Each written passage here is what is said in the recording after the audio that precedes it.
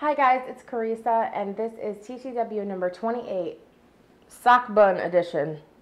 Sock Buns Unite. So this week, the 3 questions are based around ideas for, I guess, all of us to get off of each other. The first one is a movie that you've seen recently that you would or wouldn't recommend, meals that are like your go-to meals to make when you're kind of in a pinch, and what your favorite St. Patrick's Day drinks are. So the first is kind of exciting because I saw a newer movie recently and an older movie. I loved them both. The first one I think came out sometime last year, and it is called Safety Not Guaranteed. It's kind of like an indie film. I had never heard of it, but it should still be on Netflix Instant Queue if you're curious. It has Aubrey Plaza in it, who is from Parks and Recreation. If you don't know her, I think she's really funny, and it was very heartwarming. It was a little bit kind of out there. It was just a really good movie. The next movie is by Christopher Nolan. He directed it, and he actually had directed one of my favorite movies in 2000 called Memento. If you haven't seen that movie, that's just one of my all-time favorites. You may need to watch it 1 or 2 times, or 2 or 3 times, I should say, before you like really understand it, but it's brilliant. And this one he made, I think, in 2005 or 2006, and it is called The Prestige. And I had heard it come up in conversation here and there, people saying how good it was when they talk about Christopher Nolan because of, you know, the Batman trilogy or Inception.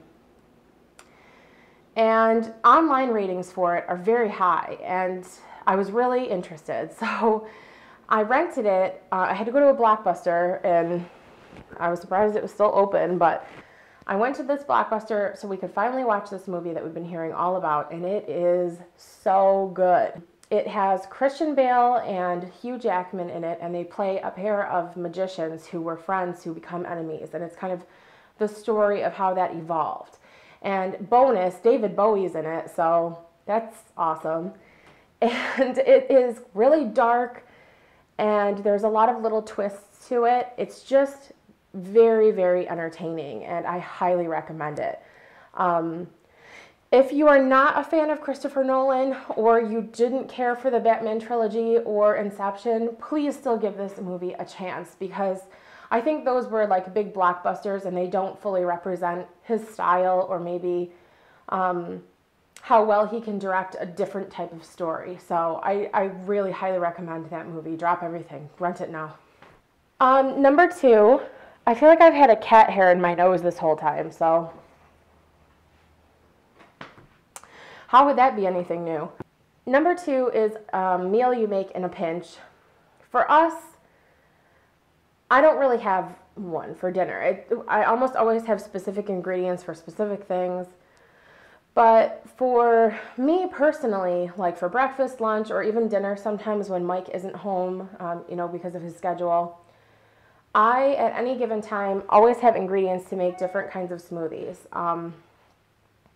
Usually frozen fruit, some fresh fruit, kale, spinach, whatever I have works in some capacity, because almost everything goes together once you put it in the blender.